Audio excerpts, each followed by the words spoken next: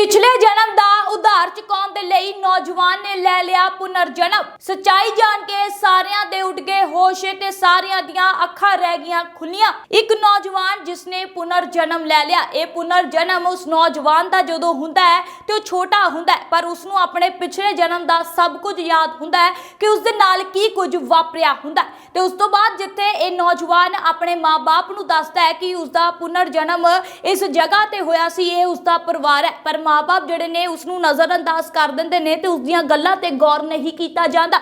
फिर उस तो बाद वो जिहड़े माँ बाप ने हौली हौली उसी गल्लां ते गौर करदे, पर जदों बच्चा वड्डा हुंदा ते होर वड्डियां गल्लां वो दस्सण लग पैंदा ते उसदीयां गल्लां नूं सही साबत या फिर उन्हां गल्लां ते गौर करके माँ बाप जिहड़े ने जांच उन्हां ने शुरू कर दित्ती कि आखिरकार जो बच्चा कह रहा है कि उसदे विच किन्नी कुछ सच्चाई है। क्योंकि वो जिहड़ा बच्चा सी उसने दस्सिया कि उसदा जदों एक्सीडेंट होया उसदी उम्र 9 साल दी सी। वो स्कूल पढ़दा सीगा ते जदों जा रिहा सी रस्ते दे विच तां उसदी टक्कर बस दे नाल होई, हादसा हो गया तो उसकी मौत हो गई। बच्चे ने सारी गल दसी ते माँ बाप ने जांच शुरू कर दी। जांच जो है वह उसके स्कूल तो हुंदी है। जो स्कूल विच जाके उसका पुराना नाम पूछा जाता है कि यह बच्चा पढ़ता सीगा तां स्कूल वालियां ने सारी सच्चाई दसी, उही गल्लां दसियां जो उन्हां पुत दस रहा सी। तां ये गल्लां सुन के माँ बाप थोड़े हैरान होए। फिर उस जगह ते जाया गया जिथे उस नौजवान का घर सीगा ते उसनूं अपना सारा घर पता सी, पूरे रस्ते पता सी कि मेरा घर कित्थे है। जदों उत्थे पहुंचिया ते नौजवान ने वो गल्लां भी दसियां ते माँ बाप ने उस तो जो पुछया ते नौजवान ने वो जवाब दिता। तां फिर सारियां गल्लां नूं सुन के दोवें माँ बाप जिहड़े ने वो सारे हैरान हो गए ते उन्हां नूं महसूस होया कि ये साडा ही पुੱਤ है जिसकी मौत हो गई सी, जिसका एक्सीडेंट हो गया सी ते ये हुण वापस आ गया।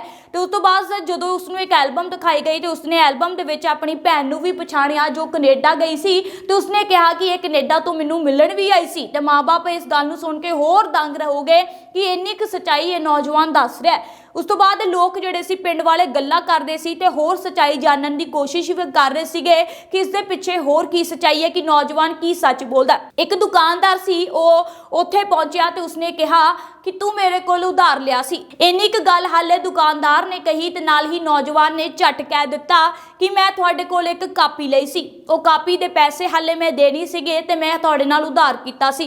ते फिर दुकानदार ने कहा कि चल कढ 3 रुपए। तां नौजवान ने कहा 3 रुपए नहीं ते मैं 2 रुपए देने सीगे। तां ये गल सुन के दुकानदार ने कहा कि नौजवान सच कह रहा है क्योंकि इसने मेरे 2 रुपए देने सीगे।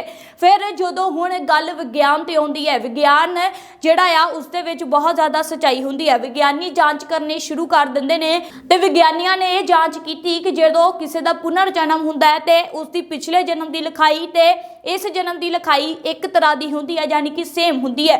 जेकर दोवां की लिखाई सेम होई तां फिर हो सकदा है सच बोलदा, पर जे ना होई तां फिर ये नौजवान झूठ बोलदा है। फिर जो जांच होंदी है तो विग्यानी स्कूल दे विच जाके जांच करते हैं तो इसलिए पिछले जिहड़े जन्म दियां किताबां या फिर कोई भी घर दे विच बैग हुंदा है उसनूं जांचिया जाता है तो इस जन्म की लिखाई नूं मेलिया जाता है। दोनों की जांच होंदी है तो विग्यानियां ने जो देखा है वो भी हक्के बक्के रह गए, क्योंकि दोनों की लिखाई पिछले जन्म वाली तो इस जन्म वाली मिलती ही सीगी। तो पूरा कह सकते कि नौजवान वालों जो कुछ किया गया वो पूरा सच सीगा ते ये सारे लोग हैरान परेशान हो गए। तो लोग भी मनन ते मजबूर हो गए कि पुनर्जन्म जरूर हुंदे ने। तो नौजवान पिछले जन्म का उधार चुकाउण दे लई आया ते जिसने हुण इस जन्म दे विच जो है अपना उधार भी चुकाया। ते पर एक कहानी सुन के एक गल्लां सुन के आले दुआले दे जिन्ने लोग सी सारे हक्के बक्के रह गए, उन्हां दे पैरां हेठों जमीन खिसक गई।